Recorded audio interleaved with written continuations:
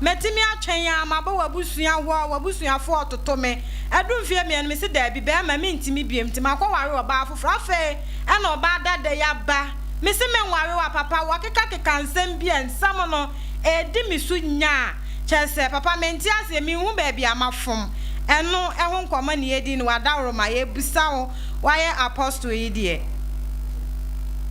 yo me da se mechia ebusuafo nyina ne obi a otie Katakyie no pay nyame islam na asem no de emu awram because me pese me hu say firstly no oware no na wa ma ware na se ana se wo mu ekohia ena chi oba na free ho me pa cho papa ko ware no fo awa na busuafo nsem no oba na nsi ni be ma ni fie da o kira ni se o ma ne nansa wo de ya ahomboa no aba ware ase no be ma ne ti ase nansa ni du wa ma cheso wo hwe na nimu a cheso wa ma ware na se da dabi ya ware bi ani ho dada because emremo no emremo na ware emremo ye free be consummation of marriage. Okay.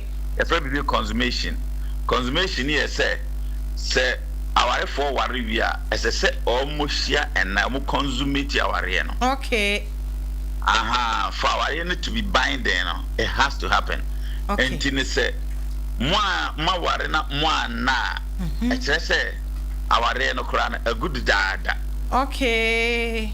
Nti we oduru court e be battle as like enko baabia because firstly no nipa no aware no man consummate. Okay. We enwunya se be ma no betete ni ade so ba no feel so okay so fan court ogba ko she ni sika kwa. Okay. Nti the fact say oni no ware emfa won say na mo twempra na mo ye de be ansa na mo ware da mo ware legally no ese say mo consummate aware no officially ansa na anu ne sili ade na amaye ni nyina na kire wo mremo wenye eyi mo mremo kire se ampa mo aware mo ya aware fo okay you say o yire no na ukro no so wa mane na wa nada. Okay.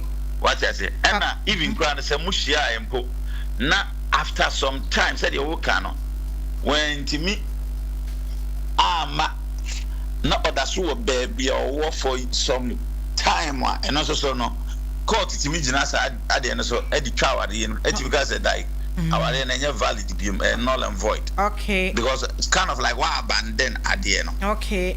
On the meeting because even Bible nshise mo so ba be free na ja na ho na de ne ho akobata ono ana de ben na busuafo sorry odo akobata ono ana ku enti no nyankopon mre mo no kra no you have to leave and cleave. Okay. So free ho uji ka so waware o te wo busuafo fi it's a very big error. Okay.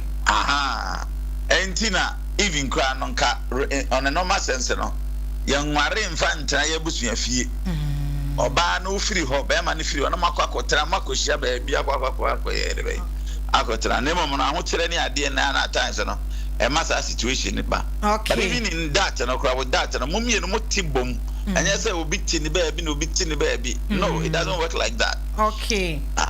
Nti saving kra kwantu obi beba mu a esese eyente ase so mumie no matrase ati ase so sabi yetie no ahokere ho ye nyina no ye wo ha ye nko ba bia ntene ba kuntu kwan ya mikro me jitumti atukwa na ko prebuti na be boy nyina. Okay. Eno eye mumie no na mate ase etusa na mo na nye se ba ko fiti edene pe semiti ba bi. Okay. 2 years now once you that's complete nonsense. Nko ba bia. Okay, Papa, in the first place no wa ma ya hu say empo no 2 years now ba na ma ware aseda no aware bia kra mpo ni ho for the first place. Papa na me pa cho de nti ama asem ya tena so ne say obeya ba fie abeki kansem bi akira be ma ya se si am no ka say ensam no edi be ma yinya o kira ne sese wa anware na obema ne niam nyina ya basa na dwuma be fi ne nsa ono ankasa asetena mu no ohun ne ho an and eyampa obe be ma edi adanse se sansam na oba ne be ka kira no ni nyina anya nsunsanso ewa ne so a chese wodwe hu baabi a wonte ase wo hu baabi a wafom anu nti ama oba ne nsem a woka ye na ye adwuma woni so papa wada oma obeboa ye ho kakra.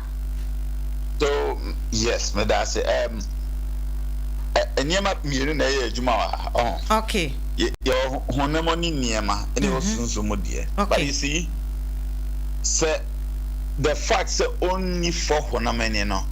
Sunsumo no enkrofo timi eye niema wa hwe a at the end of the day no udi bem and so no eniema betimi akwatia. That is why important say ono obema na nkasa no. Ono akasa be sorry. Okay. Akwatia ensem a oba ne kai because Proverbs chapter 18 say enkwani owo watachire mansem de odo no bedina aba. Enti se wan hwe ya woye no regardless of whatever it is whoever woye no. Enka se wona me de menye obi abone menye ne bone nti odi menye mbone bone wo wiase pa. Okay. Wonye hwe enso so obetimi asori akoye bebi akochichire wo dache ne wo hyebre bi ni ade just said be ode be confirm de all kan no. Amina bem. Okay. Enti mpa na ese be ma na me ni bre na osori. Okay. Na ohwe se obetimi atiti mu afiri ni oke bia tere bi won so a asem ni asem timi hia. Okay. Obetimi aba se na nke be dada. But because of say oba na ba be kan nti no e di hu bi ni ade ahye so jidi ni mapa.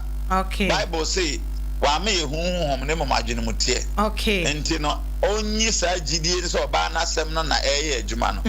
Na omprenhwem emmompaye. Okay. Na ohwe nyame nipa bi a ogini die bi nyame nsa wo no so a obetiwe gina na ombedane niema no. Because there are times adie no obi ka asem a say wo so sorry na odane adie no. Okay. Because Job chapter 22 verse 28 or say never pass mo de manu be she bibi na meme na gina e kire say to me wo ensem a ye kanem. Wo di me kire na ukro bia ye pe odada bia ofiefo pe odada na se bia homoni bi ni ade ye pe odada na obi di wa bra wo mo wo di me kire wakotua aboade se ye no me urefi se odifo bi ohini bi kotua sika se onko domi Israel. Okay.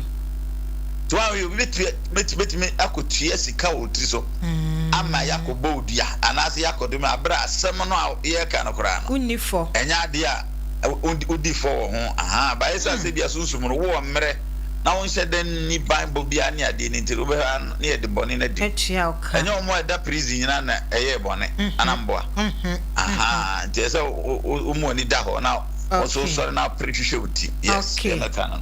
Okay, Papa, where dear ya das pa ye nyame nso ase wakla ne ma ye ede amaye pa. Nyame nso am so me de mo ase pa nyame nso obi a otie Katakyie bia na ase nyame nso am nyina. Okay. It I say. Abusuafo ye ne Chief Apostle Atora and na ye ni di nkomo straight from USA. Na chese wa churchre ensem di achre ye se we kura no kura wa we bia kura ni mo we nya ye die bia enye kutu se bam no before say ye kwa wa we na chese ya